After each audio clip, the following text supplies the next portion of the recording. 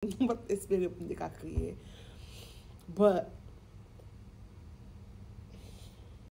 apre etude biblik, mwen te fete not pou kote mwen. Oui, mwen rive en retard, men lè mwen rive, paste a ta preche de living sacrifices nan books of Romans chapter 12 la. And so, bam lil pou nou, map lil en anglais. Therefore, I urge you, brothers, in the view of God's mercy, to offer your bodies as living sacrifices, holy and pleasing to God. This is your spiritual act of worship. Of course, they continue, please, but I wanted to just parler de ça. Lè mwen rive la kailan, mwen toujou al tande lot parol, e mwen toujou fè etude biblik pou kote pam, e mwen toujou gade Dr. Miles Monroe.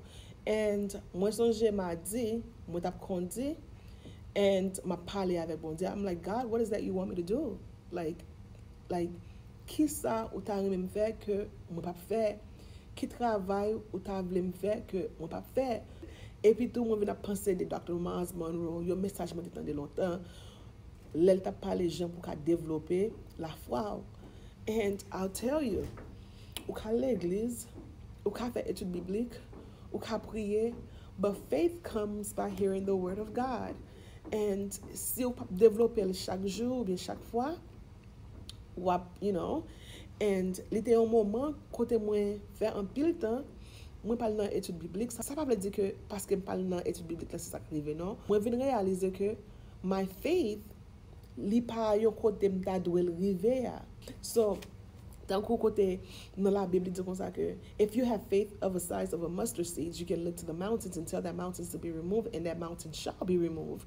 Kon la ap di sa, yo pa pale de on physical mountains, me la pale de an pil bagay ke ou gen nan la vi ou, and you asking God, hey God, I need you to move these mountains for me. Ou même peut-être pas, pou ko we, Jean Paul fel la, but God already know what and how he's going to do it. And so, sorry. Mwen fè yon ti not pou nou, kote m'ekri, I'm sorry, li tan pou m'sispan mette barrière sou benediksyon mwen yo. Se verite. La vi pa ban nou sa nou espere, li ban nou sa nou kwe. Faith. Et souvent, nou pe, we live in fear and faith cannot exist in nan même sentence yo. We cannot have faith and have fear at the same time. Mwen realize la fwa mwen te feb. Et sa mwen pal chanje jodi, mwen pal chanje jan mwen kade bagay yo. Ok? Li lè pou m developpe ak renforcer la fwa mwen. Paske la fwa se force ki pi puissant sou la terre. La fwa konekte m ak yon lot bagay ki pi gan pase circonstance mwen yo. Li pa sou ki sa ki ka arrive, mais sou kwe li deja fet deja. Ebyen sa se problem mwen. An pil fwa m gen nan tet mwen, what happened if this, what happened if that? But faith di kon sa ke, ou pa suppose gen, what if? Because if God promised that he's going to do it, he's going to do it. It's signed, sealed, and delivered. God does not go back on his word. Whatever promise that he made to us, he's going to do it. He is not a God that lies. He's the God of miracles.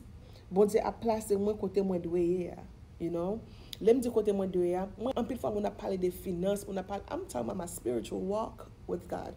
And according to the word of God, it said, seek the kingdom of God and everything else shall be added unto you. If you're not seeking the kingdom of God, okay, seek the kingdom of God first and everything else shall be added unto you. So I'm learning that. E pa paske m pat konel non, mwen te konel.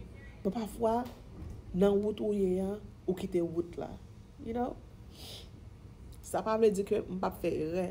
Sa pa vle di ke li pa yon transition pou mwen. Se mache map mache. M pou kote m ta ye ya. Me ak priye, ak la fwa, mwen ka arrive. Anyways guys, mwen ale.